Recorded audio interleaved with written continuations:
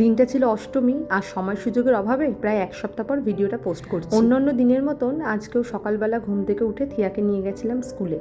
কি অদ্ভুত যে লাগছিল যখন বাড়িতে ফোন করি এই পুজোর দিনগুলোতে, তখন ও দেশে একরকম ঢাকের বাদ দিই, আর এখানে দেখুন যে যার কাজে ব্যস্ত। যদিও বা সেটাই হওয়াই স্বাভাবিক। থিয়াকে স্কুলে দিতে যাওয়ার সময় এই সূর্যোদয়টা না নতুন একটা পাওনা, এবং প্রত্যেক দিনের শুরুটা ঠিক এখান থেকেই হয় আমাদের। থিয়াকে প্রত্যেক দিন আমিই দিতে যাই, আর ওর বাবার যেদিন অফিসে তাড়া থাকে না সেদিন আমাদের সাথে চলে যায়। থিয়াকে স্কুলে ছেড়ে ওর বাবা এসে স্নান ধান করে অফিস বেরিয়ে গিয়েছিল। তারপর আমি নিত্যদিনকার কাজবাজ সেরে থিয়াকে গিয়েছিলাম স্কুল থেকে আনতে। এটা আমাদের অ্যাপার্টমেন্টের ঠিক এন্ট্রান্সটা। এত সুন্দর ফুল গাছগুলো দিয়ে চারিদিকটা ঘেরা রয়েছে, আর মাত্র একটা মাসের অপেক্ষা।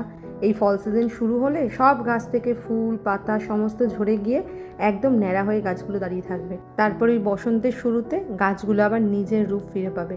তো যাই হোক, থিয়াকে স্কুল থেকে নিয়ে এসে আমি চলে গিয়েছিলাম আমাদের একটুখানি লিজিং অফিসে। ওই একটা ফিল্টার নিয়ে আসি, এসির ফিল্টার। প্রত্যেক মাসে তো নিজেদেরকেই চেঞ্জ করে নিতে হয়। তারপর এসে থিয়াকে একটু স্নান ধান করিয়ে খাইয়ে দাইয়ে ওর সাথে একটু হালকা কোয়ালিটি টাইম কাটাই। ওর সাথে একটু টিভি দেখি, গল্প করি। এই সময়গুলো থিয়াকে আমি দিই, কারণ বেশিরভাগ সময়টাই যেহেতু স্কুলে থাকে, তারপর তো খাওয়া দাওয়া আর ঘুম। তো সমস্ত কিছু কাজবাজ সেরে আমি ঢুকে গিয়েছিলাম রান্নাঘরে। আজকে যেহেতু অষ্টমী ছিল, নিরামিষ, তাই ভেবেছিলাম হালকা পাতলা কিছু রান্না করব। কিন্তু তারপর মনে পড়লো যে পুজো, এই দিনগুলোতে একটু খাওয়া দাওয়াই তো রয়েছে এখানে, আর কি।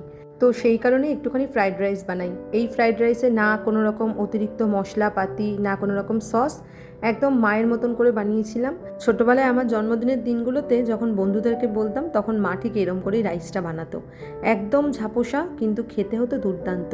অল্প করে ঘিয়ে গোটা গরম মশলা তেজপাতা ফোড়ন দিয়ে সবজিপাতি ভেজে ভাতটা দিয়ে ভালো করে নাড়িয়ে চাড়িয়ে শেষে গোলমরিচ গুঁড়ো, গরম মশলা আর নুন চিনি দিয়ে নামিয়ে নিত।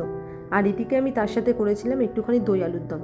এই দই আলুর দম হয় খুব তাড়াতাড়ি, আর উপকরণও যে খুব বেশি লাগে তা নয়। বেশি করে একটু টক দই আর নিত্য মশলাপাতি দিয়ে করেছিলাম। আর নামানোর সময় একটুখানি কসুরি মেথি আর অল্প করে ধনেপাতা কুচানো দিয়ে দিয়েছিলাম। আর মেনুতে রাইস আলুর দমই ছিল, তবে পরে রাজীব বললো একটু বেগুনিও করো, তাহলে প্লেটটা পুরো সম্পূর্ণ হবে। তো সমস্তটা সাজিয়ে তারপরে আমরা একসাথে খেতে বসে পড়েছিলাম। আর সাথে সাথে ভিডিওটা শেষ করলাম। সবাই ভালো থাকবেন, টাটা।